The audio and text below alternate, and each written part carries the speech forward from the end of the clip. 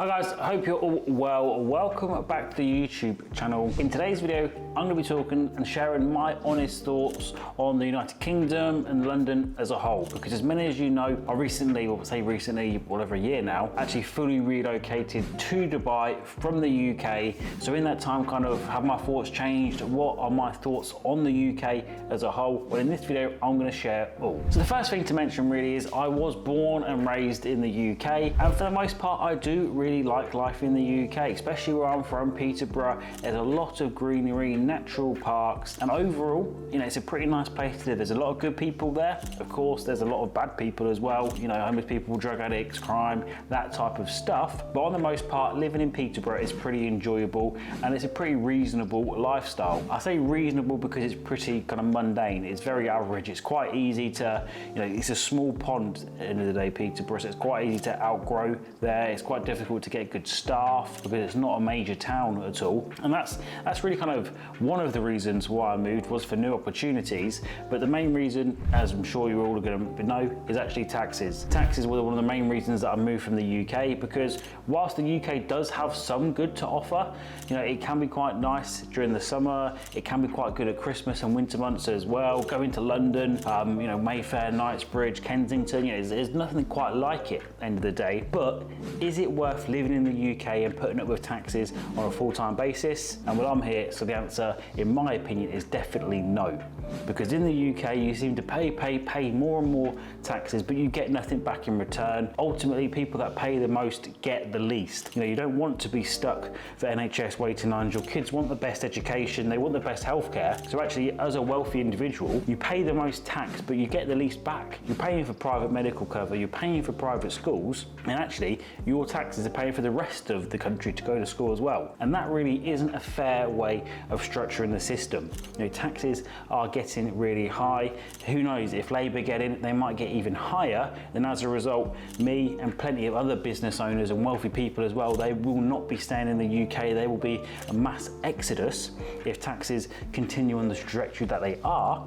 If, however, the UK does become a little bit more business friendly and taxes taper off a little bit, it could be that millionaires and people like myself do go back to the UK. So, you know, for all the stick I give the UK, I do like it there. I do spend a lot of time in the UK. I've still got a house there as well for when I go back. You know, it's fantastic during the summer, beautiful patio, beautiful trees. There's nothing quite like a British barbecue at the end of the day. And more importantly, the UK is where I still focus my investment activities and my business interest. We've still got companies in the UK. It is a great place to do business. A UK limited company carries a lot of status behind it. UK property market, in my opinion, is one of the best in the world. Sure, places like Dubai, you might make a lot more money, but ultimately, where it comes to the trade-off between making money and a lot of risk, that's what Dubai has to offer. You can make a lot, but you could also lose a lot. And you know, one of the best rules, one of the best rules of Warren Buffett, kind of in his, I've learned from him, is basically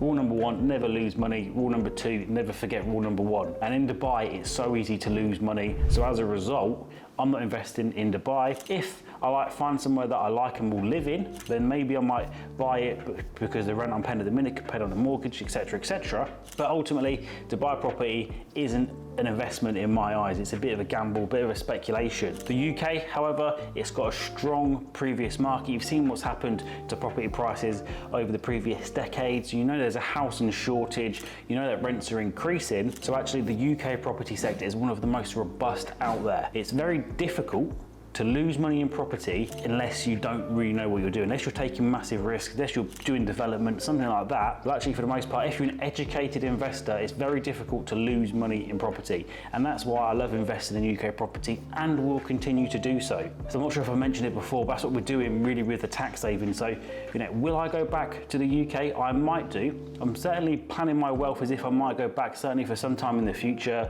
You know, as I get older, settle down, kids potentially, you never know that kind of stuff. will the UK be a better place to raise them? It might be a little bit more humbling, because in Dubai it's quite easy for children to become spoiled, lose that kind of work ethic and the values that you have over here because of the way the school system works, and how Dubai can be a little bit materialistic. But ultimately you probably would want to raise them in the UK potentially, as long as the school system doesn't, that's kind of the next point I'm going to touch on, is the Western schooling and how they're kind of pushing this agenda at the minute.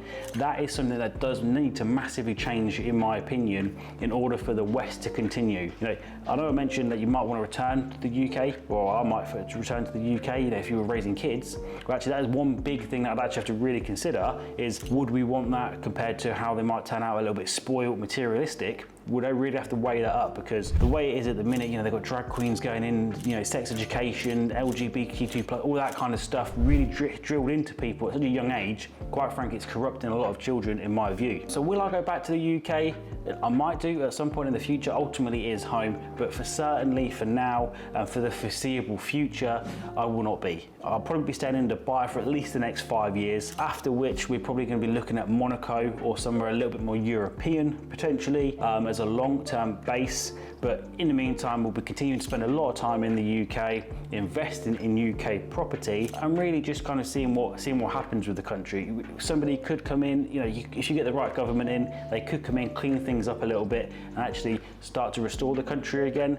But whether that happens, we'll have to wait and see. In the comments below, let me know your guys' thoughts. Do you think the UK is on a downwards trajectory? Let me know. I'd love to see what you guys think.